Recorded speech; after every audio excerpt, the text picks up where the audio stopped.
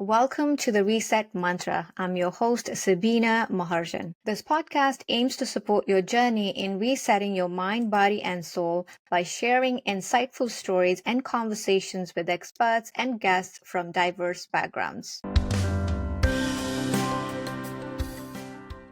I'm very excited about today's episode as we will be diving deep into transformative conversations that inspire and empower.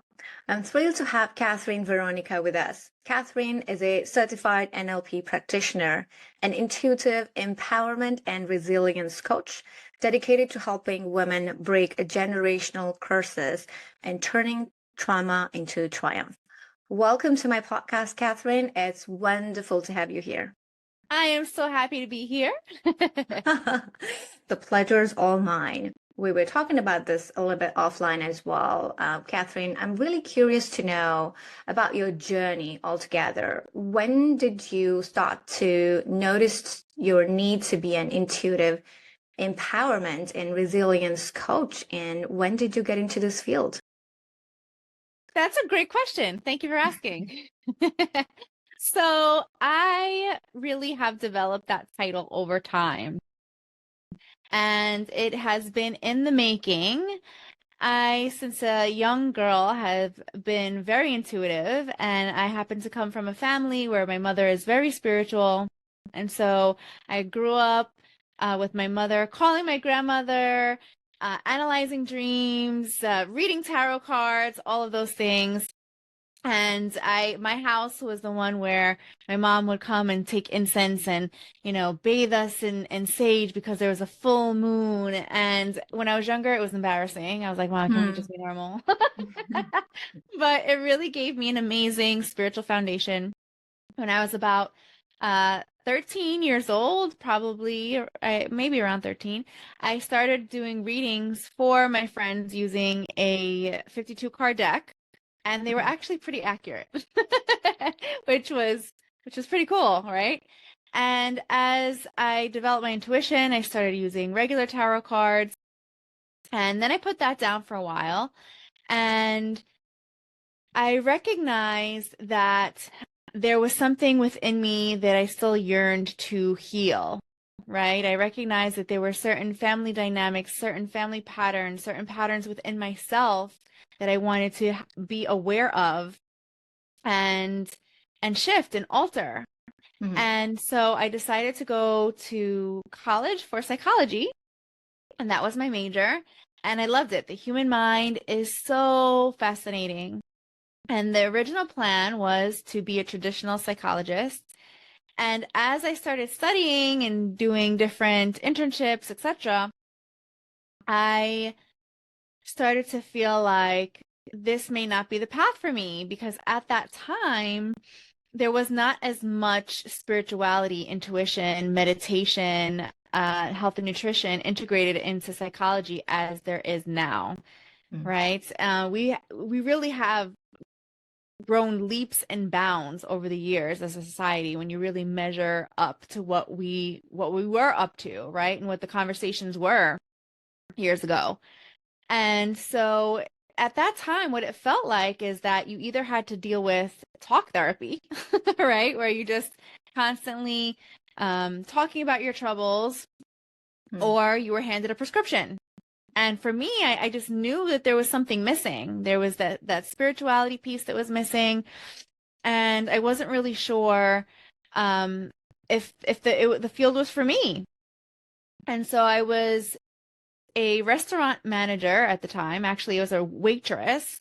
And when I was graduating college, they offered me a management position. And I took it because I was like, yes, right? I'm going to have some income. And I was one of the first friends in my friend group to have a big girl job, right? Many people coming out of college at that time were not making a lot of money. And this job, I believe, it was like $35,000 to start with, which was a lot of money for a college kid. And so I jumped right into it, and I loved working with the people. In the beginning, I was what they call a front of a house manager, right? So in the front of the house, you deal with the customers, you deal with the waitresses, and I absolutely loved it. And as my career continued, I was promoted really fast to general manager and then a district manager. But as I began to grow, what happened was, as a general manager, I was basically counting shrimp in the back of the restaurant Mhm. and not being with the people. And I wanted to be with people. And so I really got quite sad and depressed. And at the very same time, I had started a new relationship, and this person started having a schizophrenic break. There was schizophrenia in their family, and I just happened to be with them at the onset, and that was quite difficult. There was domestic violence, there was just a lot of stress that was going on. And so now you pair having access to all this food as a manager that I could eat for free with a stressful relationship, and I gained a lot of weight. I it was pretty unrecognizable. And um and so one day I looked in the mirror and I said to myself, you got to do something about this. So I picked my big girl panties up, literally, and started looking into different things to help heal myself. And so, with the power of the internet, I started finding cleanses and detoxes. And I was looked at as crazy then because those things were not as widely talked about. A lot of the things that are common knowledge nowadays when it comes to nutrition, the doctors that were preaching that were kind of considered quacks. But I didn't care. And I kept on going, and I started doing yoga. And even yoga then was not as popular. There were no yoga studios in New York, really. There were a handful. And I had to really search to find yoga classes. And I did happen to find a yoga teacher who taught out of a library.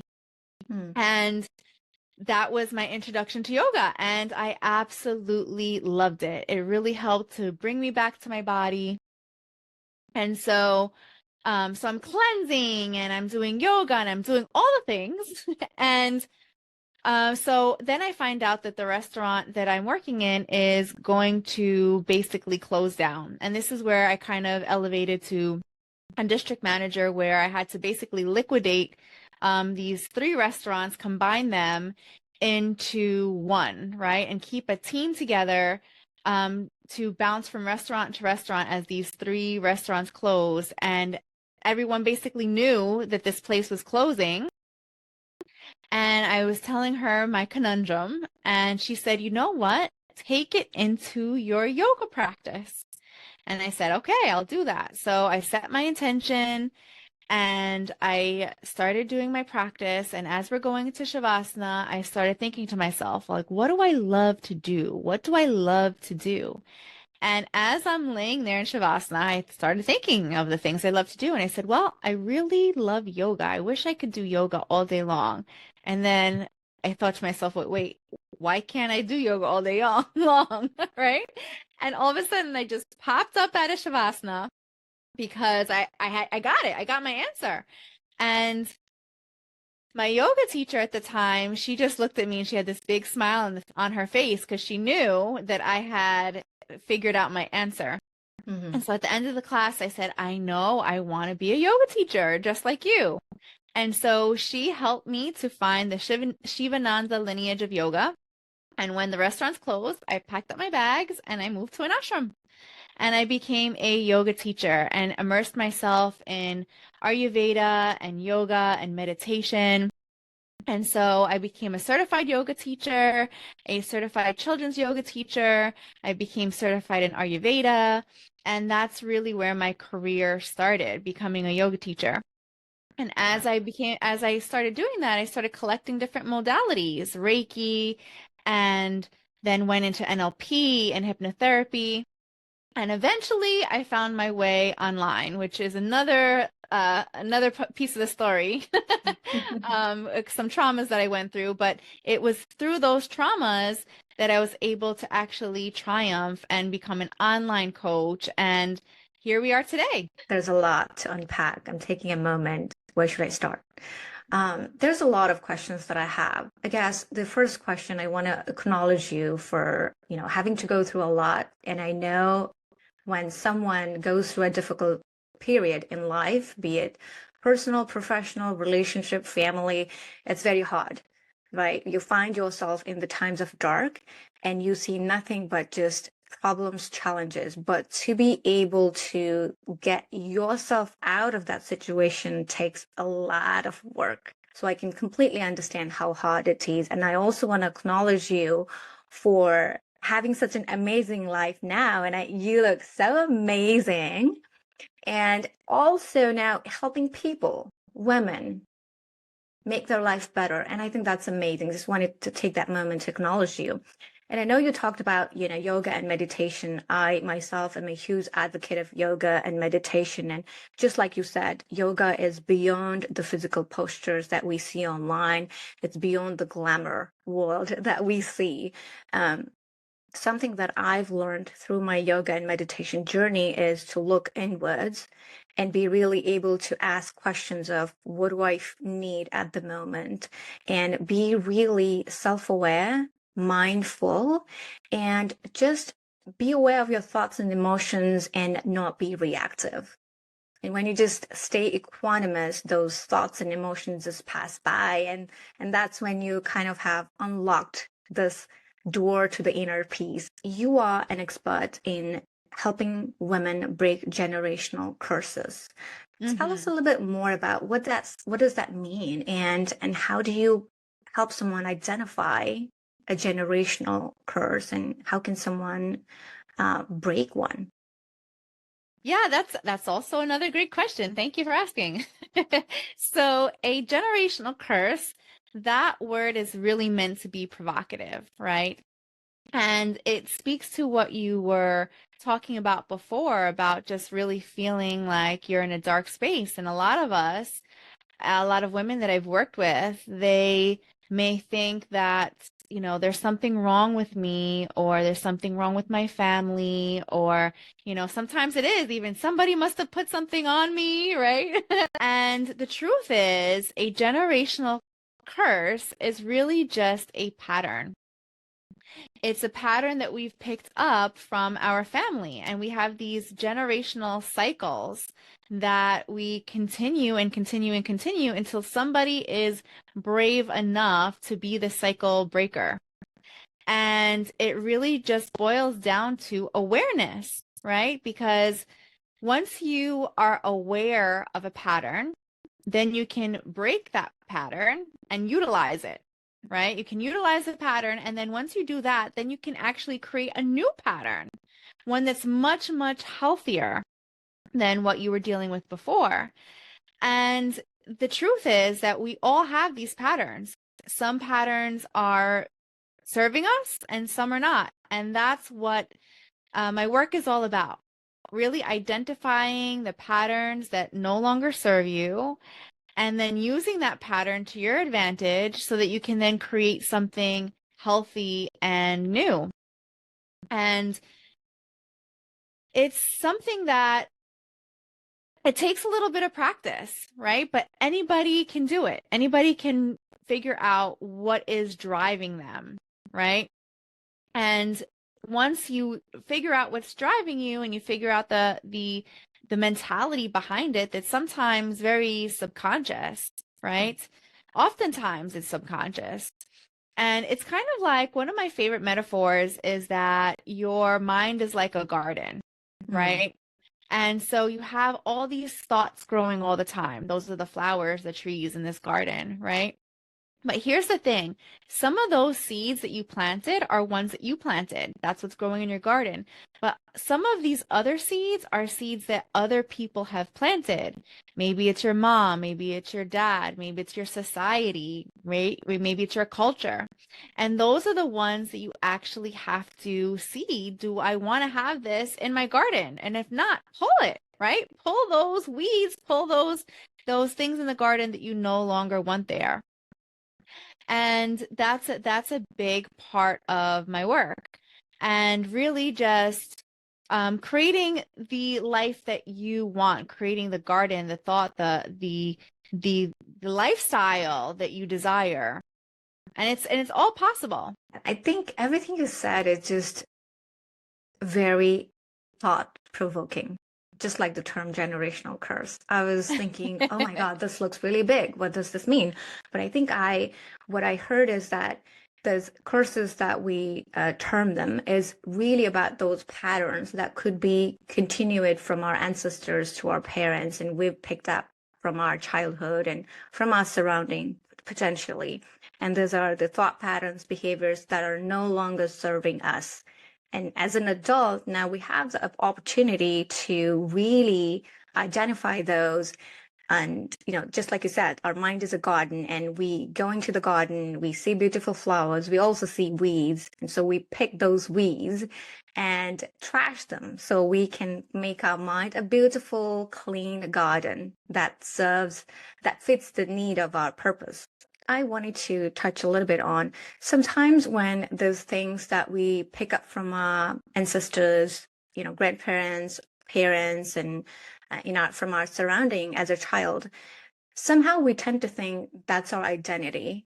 And when we grow up into this adulthood, we keep thinking that, this is our roots, this is where we belong, this is what I learned as a kid, and this is now my identity. And it becomes very difficult to change the identity, because there may also be a place in that process where we feel lost, because all we knew, if let's say, isn't serving us, we also tend to question our identity as to who we are. So as an adult, it becomes sort of our social responsibility to figure out what patterns and behaviors are serving us and what aren't. So that also allows us an opportunity to become better and change our life. Absolutely. So that's one of the biggest things that I talk about, that it's not your fault, right? It's not your fault that you have these family patterns, but it is your responsibility to really change those to serve you and to serve those around you, right?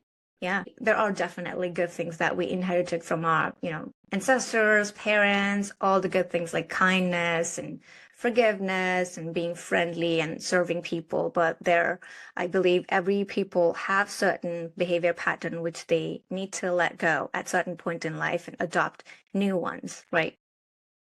Well, absolutely. And part of what I mean about making it your responsibility, so many people will blame their parents, right, for everything that's gone wrong.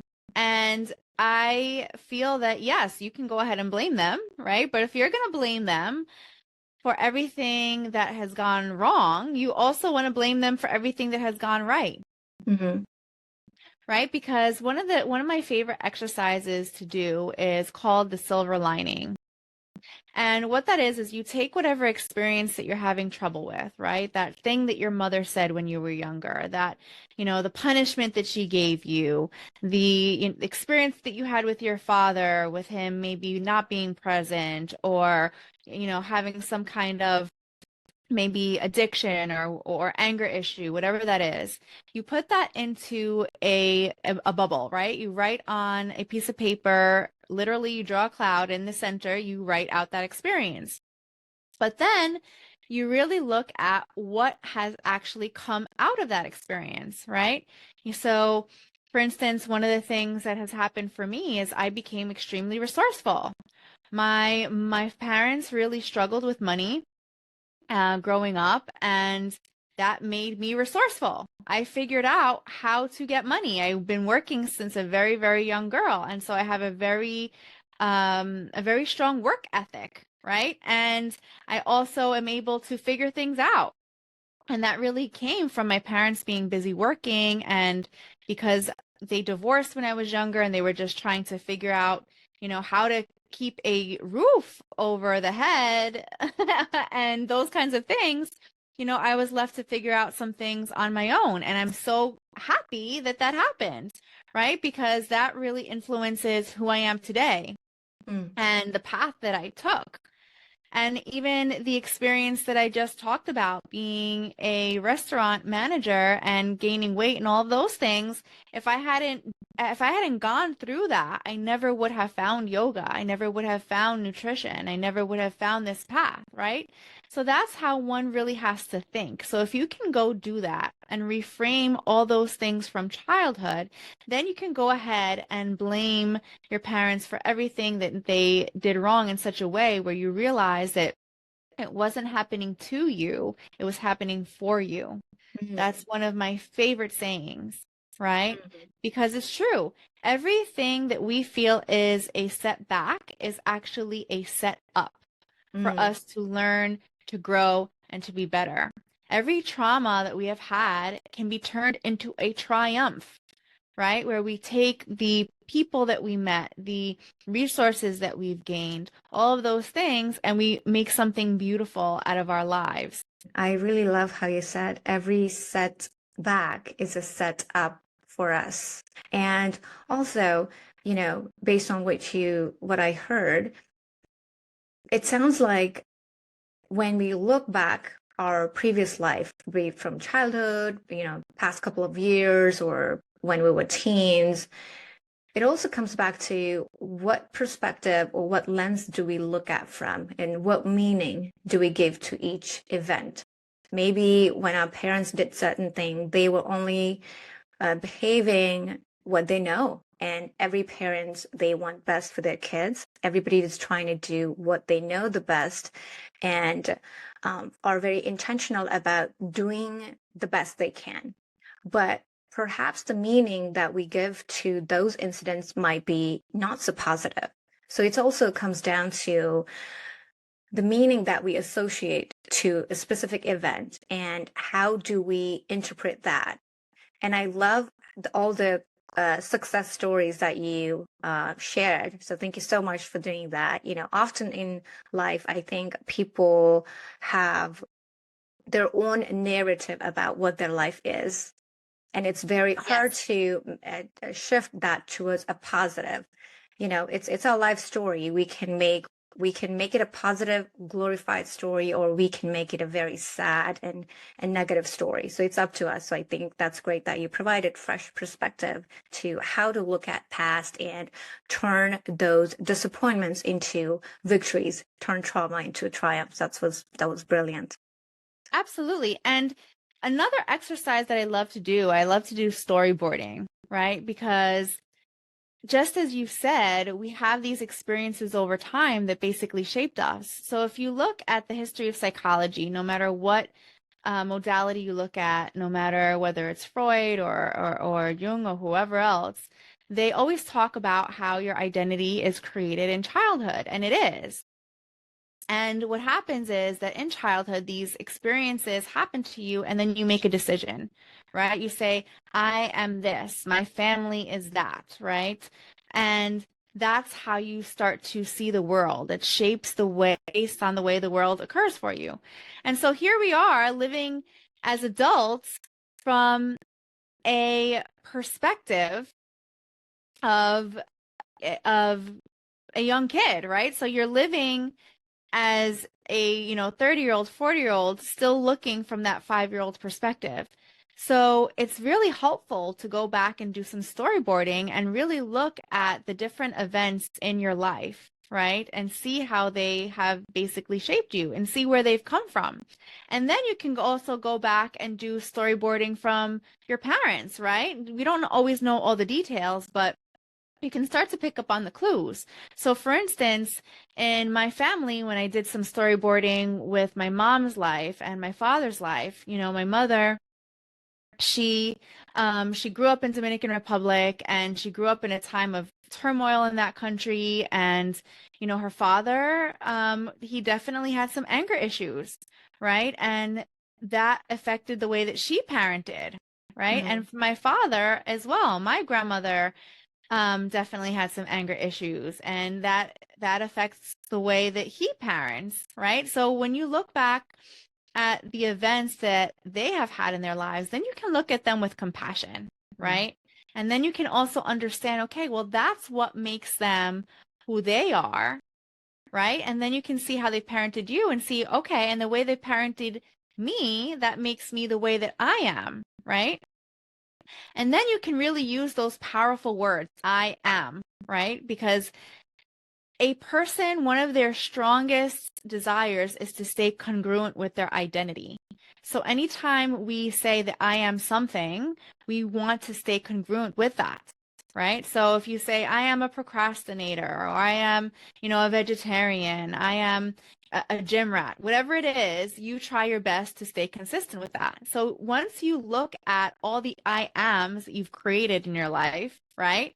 Then you can start saying, okay, well, you know what? This I am doesn't serve me. And now I can create something else and create a completely new identity, right? That's why, affirmations can be so powerful, right? But sometimes the reason why they don't work is because we don't look at the thought process behind it and where it came from, right? And once you do that and you expand your awareness to understand where it came from, then you can start building affirmations that really feel true because you can reframe them. I'm really enjoying the discussion. It's like a therapy session for me. I'm so glad. I probably told you this off camera as well. This is really a workshop and therapy session for me.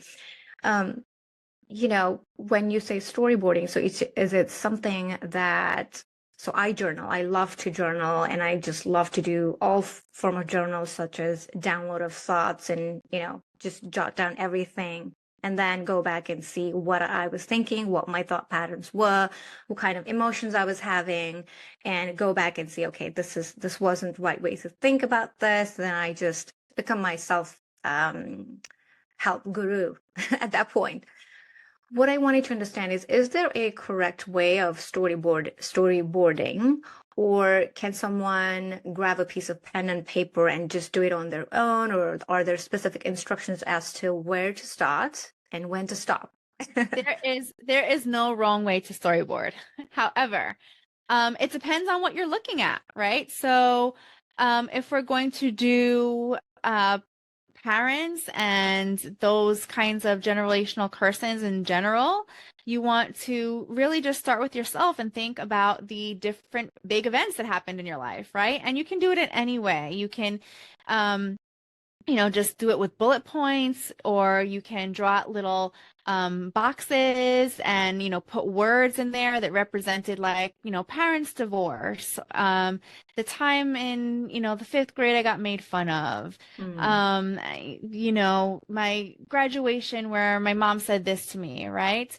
Or you can actually draw it out, right? Some people like to get artistic, and sometimes in drawing something, they say a picture is worth 1,000 words. Sometimes emotion comes up a little bit more for people when they're drawing and being artistic. So you can do it that way too.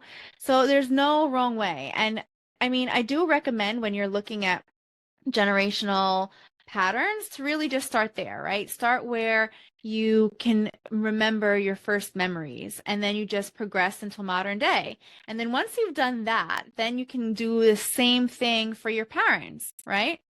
And once you've done that, then you can kind of put it all together. And then if you want to take it a step further, you can do your great grandparents, and you can just basically use the things that you know. You don't have to know all the details. And a little trick that I do tell people is, if you really don't know that much and you have some details, you can basically fill in the blank with your imagination, right? Because you can say, let's say, for instance, I actually don't know too much about my father's side of how my grandmother was raised. I know a few details, but I can say, you know what?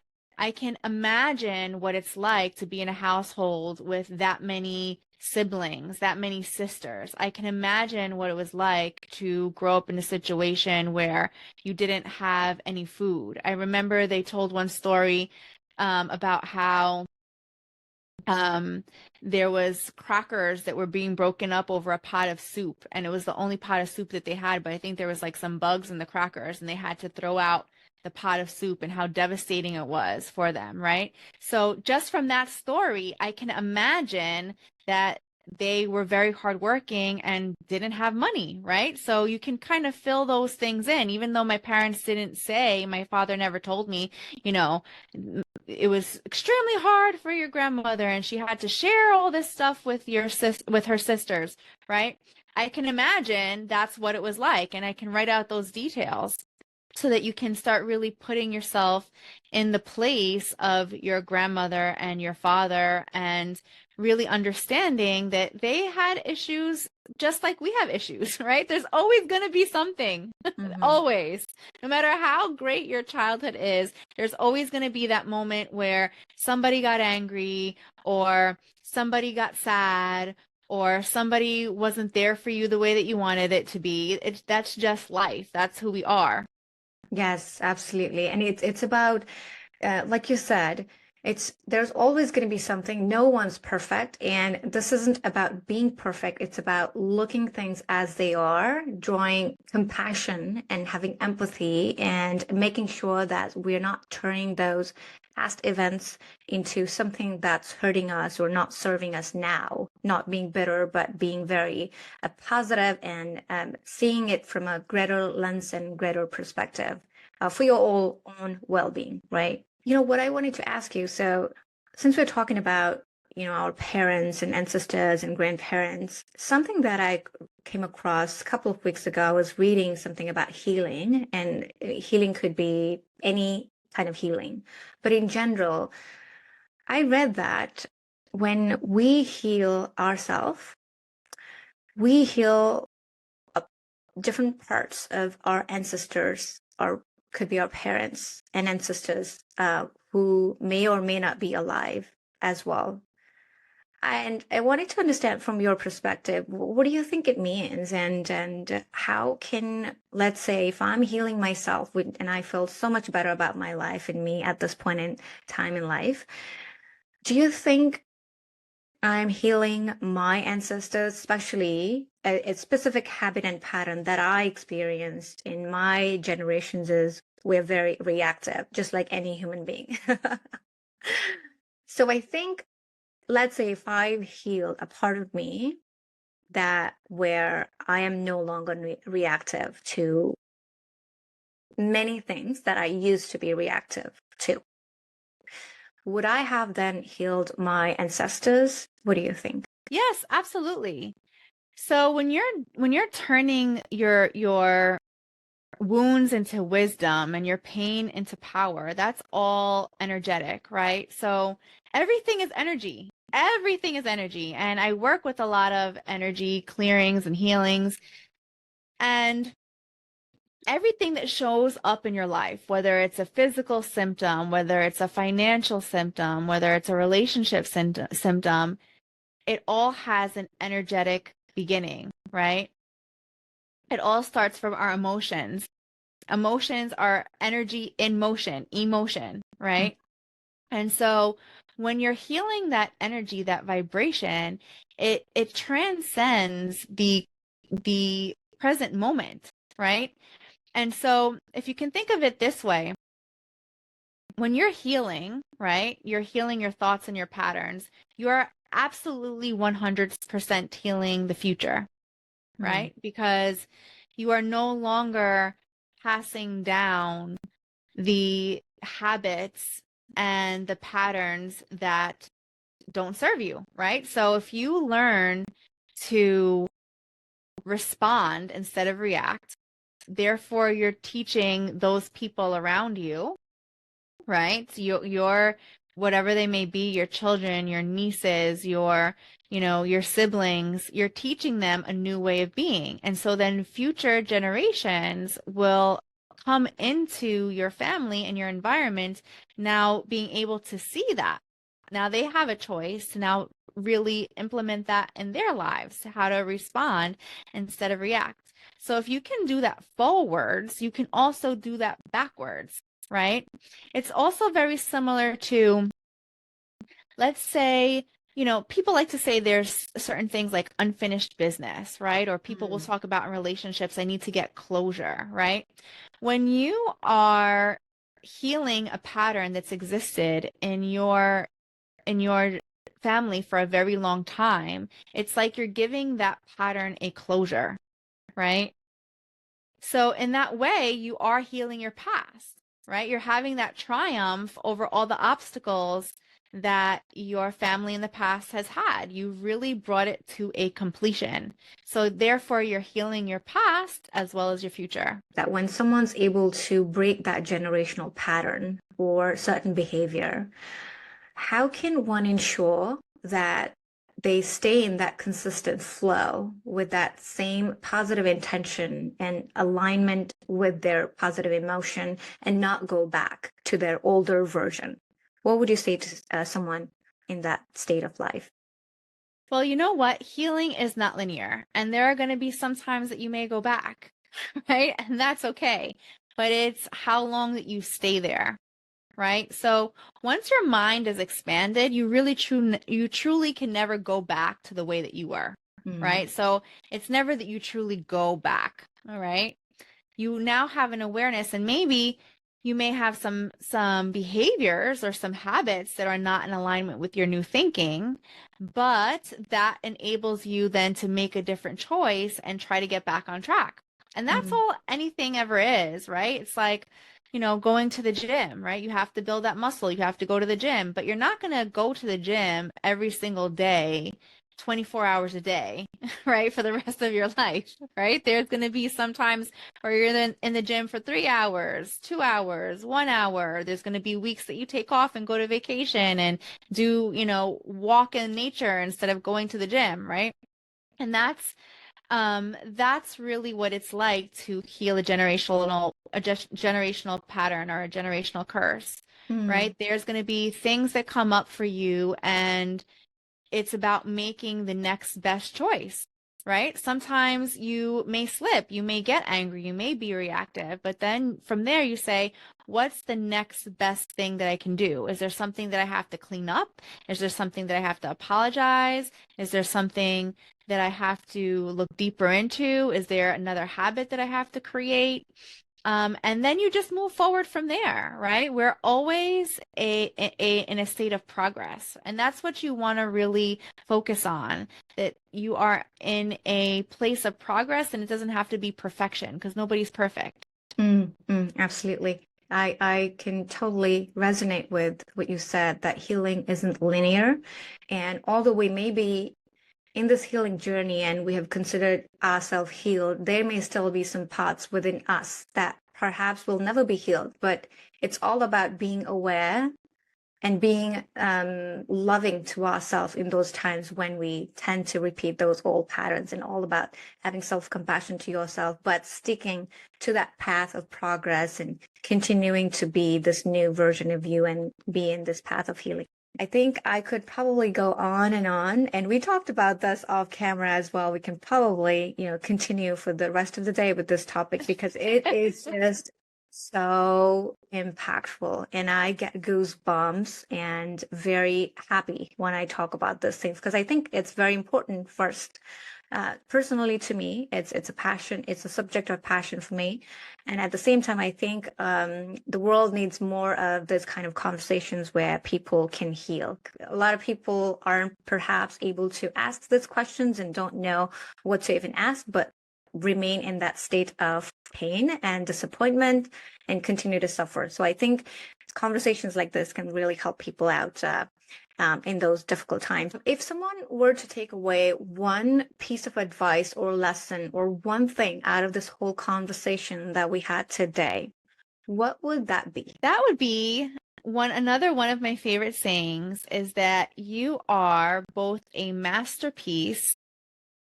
and a work in progress at the same time, right? And that means that you can really be somebody of value and have these amazing, wonderful things going on in your life, and also be a work in progress where things are not perfect, right? If you look at any artwork, right, there were stages to it, right? It didn't just become this beautiful artwork in a day. That's another saying, right? Like Rome wasn't built in a day. And so have patience with yourself. Recognize your value, and just because that things aren't perfect, or you do have some, family dysfunctions, or you have some habits that don't serve you, that does not take away from your value. That does not mean that you are not worthy. You are still a beautiful masterpiece, and you're a work in progress. Catherine, thank you so much. I really appreciate you spending the time with us. I feel a lot better after the chat, and I think I'm more capable of handling any challenges and limiting beliefs in my life at this point. So thank you so Amazing. much. Thank you. I'm so happy to be here. It was an amazing conversation. Thank you. Thank you so much again.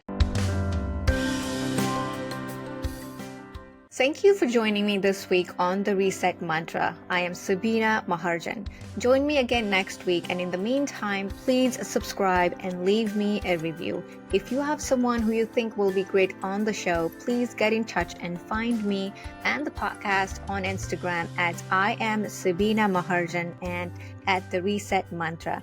I'm so looking forward to next week, and I'll catch you then.